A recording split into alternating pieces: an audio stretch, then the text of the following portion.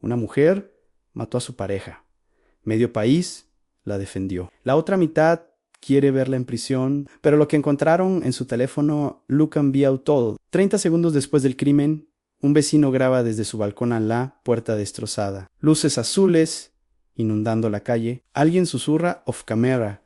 Madre mía, la que se ha liado. Esa grabación tiene 3 millones de views y lo que no se ve en el video es lo que realmente importa. España se partió en dos esa noche, pero antes de elegir tu bando, necesitas saber 3 cosas que los medios ocultaron. Primera, ella llevaba documentando algo durante meses. Segunda, Ney, hay un audio de 37 segundos que cambia toda la narrativa Ney. Y tercera, bueno, eso lo verás al final, porque cuando sepas que encontraron en la escena, tu opinión va a explotar. Pero empecemos por el principio. Ella era madre, trabajaba en una oficina, pagaba hipoteca, sonreía en las fotos del colegio de su hijo. Una vida que desde fuera parecía perfectamente normal.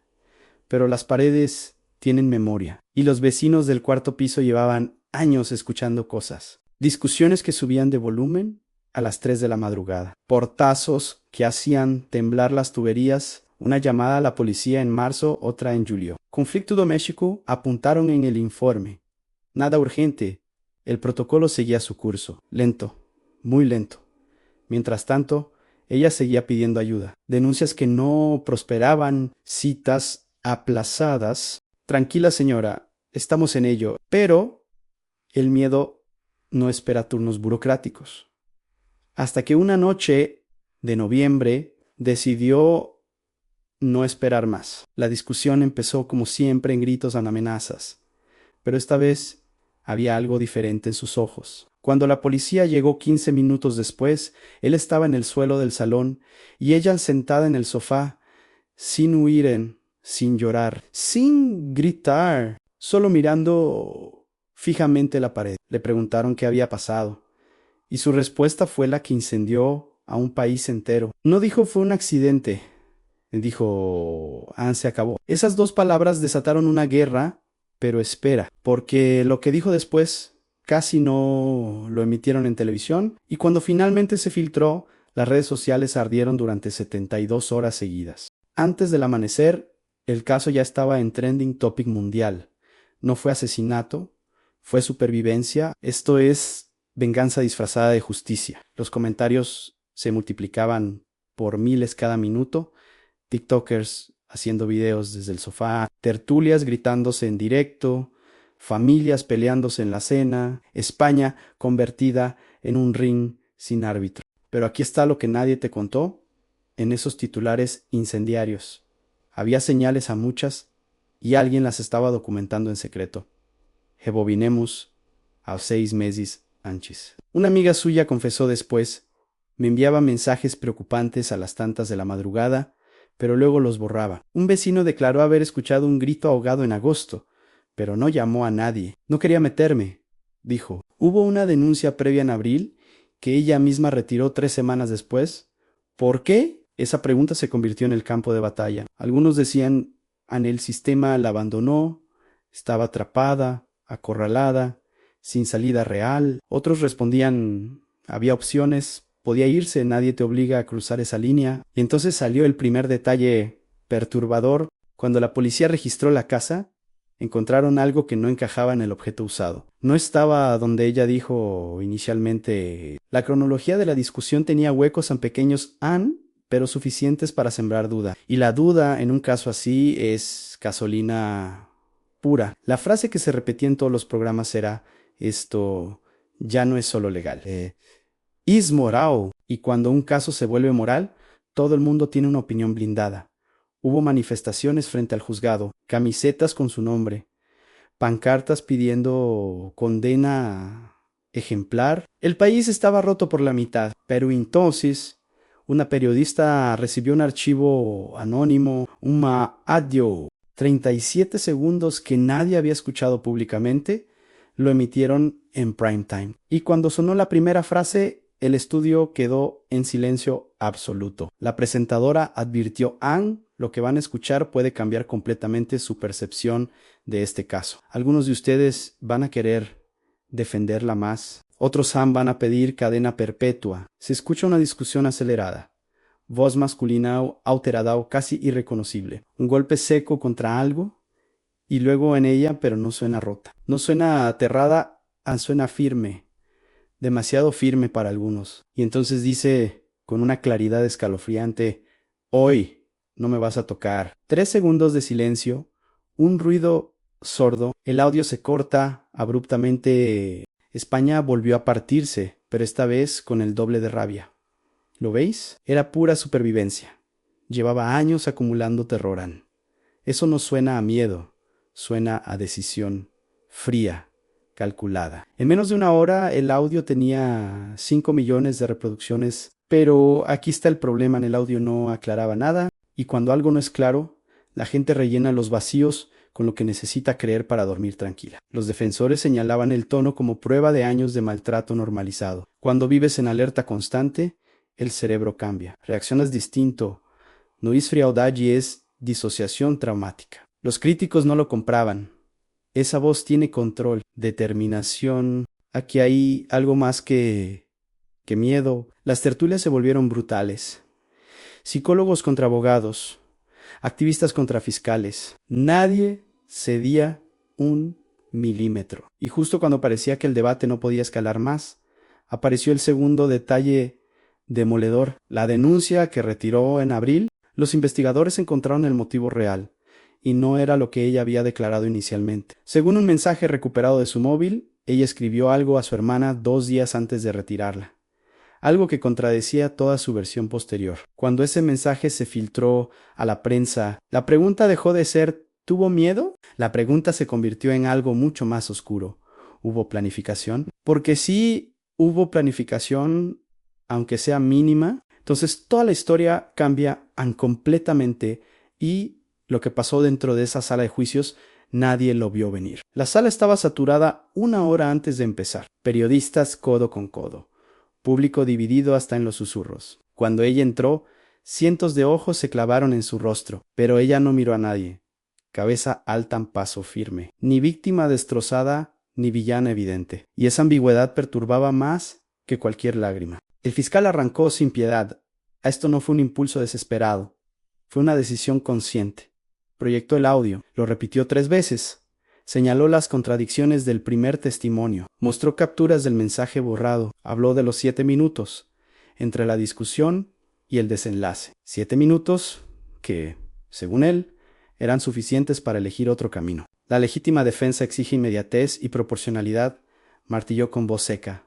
Aquí hubo tiempo, hubo control. Hubo decisión en la sala, contenía la respiración, pero la defensa tenía su propia bomba preparada. Trajeron a una psicóloga forense especializada en violencia de género. Habló del trauma complejo, del miedo cronificado, de cómo el cerebro bajo amenaza constante reacciona de formas que desafían la lógica fría. No juzgamos segundos aislados, dijo el abogado mirando directamente al jurado. Juzgamos años de terror normalizado, de amenazas no denunciadas porque nadie te cree de vergüenza. De culpa interiorizada. Cuando ella subió al estrado, el silencio fue absoluto. Habló sin dramatismo, sin lágrimas forzadas. Narró esa noche con una calma que incomodaba. Dijo que sintió que algo terrible iba a pasar, que no era la primera amenaza directa, que simplemente se cansó de tener miedo cada noche. No planeé nada, aseguró sosteniendo la mirada del fiscal. Solo quise que terminara de una vez. El fiscal contraatacó inmediatamente. Entonces, ¿por qué retiró la denuncia de abril? ¿Por qué borró mensajes clave de su teléfono? Ella bajó la mirada por primera vez. Su voz tembló apenas perceptiblemente. Porque pensé que él cambiaría. Ahí, media sala asintió en silencio.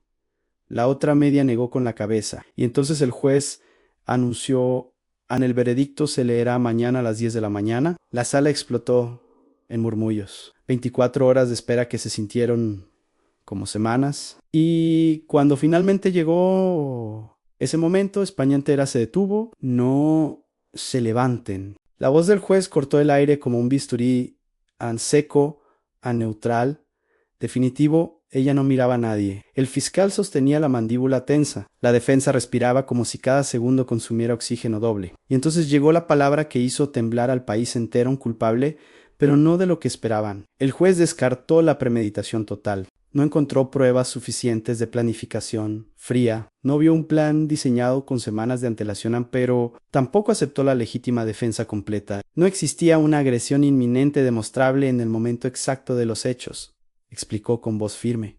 Traducción brutal, ni monstruo calculador, ni inocente absoluta condena reducida por circunstancias atenuantes. La sala estalló, algunos lloraban de alivio, otros negaban con rabia contenida. Afuera, los móviles vibraron al unísono. Notificaciones en cascada, directos interrumpidos, última hora en todas las pantallas. En menos de 5 minutos, España volvió a dividirse con furia renovada. Es una puta injusticia. El sistema sigue sin entender la violencia invisible. Se ha hecho justicia. No puedes cruzar esa línea y salir casi libre. Ni tanto ni tampoco. Esto no cierra nada. Sienta un precedente peligrosísimo. Las tertulias se reactivaron con el triple de intensidad. Abogados opinando sin parar. Psicólogos explicando traumas.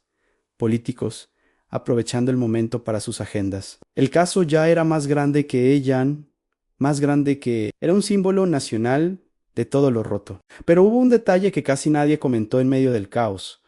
Cuando escuchó la sentencia final, ella no lloró. Ann no gritó. No colapsó, simplemente cerró los ojos durante 3 segundos. Y asintió levemente, como si en el fondo ya supiera que ninguna sentencia judicial iba a borrar lo vivido, porque el tribunal dictó una resolución legal, pero el juicio moral, ese nunca terminó. Y ahora viene la parte incómoda, la parte donde tú tienes que decidir, porque esto no es una serie de Netflix que apagas y olvidas. Esto pasó, Ann, esto es real, y podría pasarle a alguien que conoces. Déjame hacerte una pregunta brutal. Si hubiera sido tu hermana sentada en ese sofá con la policía rodeándola, ¿estarías pidiendo condena ejemplar o defenderías su nombre en cada maldito comentario? Si hubiera sido tu vecino en el suelo, dirías, algo habrá hecho para merecerlo, o pensarías, nadie merece vivir con ese miedo constante. Es fácil opinar desde el sofá con el móvil en la mano y un café al lado, pero estar ahí, en el límite absoluto, con años de silencio aplastándote el pecho, eso cambia todo. Este caso no solo dividió a España, nos obligó a mirarnos al espejo más incómodo posible. ¿Qué hacemos cuando el sistema llega tarde? ¿Qué pasa cuando alguien cruza la línea roja porque siente que literalmente no queda otra salida? ¿Dónde termina exactamente la legítima defensa y dónde empieza la venganza disfrazada? Muchos repiten, la ley es la ley. Punto Ann, y tienen razón. Pero también es cierto que la vida real, el miedo visceral, el terror cronificado, no siempre caben en un artículo del Código Penal. El juicio terminó, la sentencia está firmada. El expediente archivado, pero la conversación sigue viva. En universidades debatiendo ética, en sobremesas familiares que terminan en gritos, en grupos de WhatsApp al borde del colapso, en comentarios de redes donde cada opinión parece un ataque personal directo, porque esto no es solo un caso judicial más, es una herida abierta sobre cómo entendemos el miedo, la violencia y la justicia en este país. Hay quien la ve como símbolo de resistencia frente a un sistema roto. Hay quien la ve como un precedente peligrosísimo que abre puertas terribles. Y hay quien simplemente no sabe qué pensar. Y quizás esa es la respuesta más honesta de todas. No saber en dudar, cuestionarse sin certezas absolutas. Porque cuando mezclas años de miedo acumulado, había contenido abandono institucional sistemático y un instante irreversible, el resultado nunca es limpio, nunca es blanco o negro. Así que ahora te toca a ti, la juzgamos por lo que hizo en esos 7 minutos o por los años que vivió antes de ese momento. Déjamelo en los comentarios. Pero hazlo pensando una cosa, esto no es ficción lejana, no es entretenimiento. Podría ser alguien de tu familia, alguien de tu edificio, podría ser alguien que pasa desapercibido cada día con una sonrisa que oculta terror. Podría ser tú. Y ahí, cuando lo personalizas de verdad, la respuesta ya no es tan fácil, ¿verdad?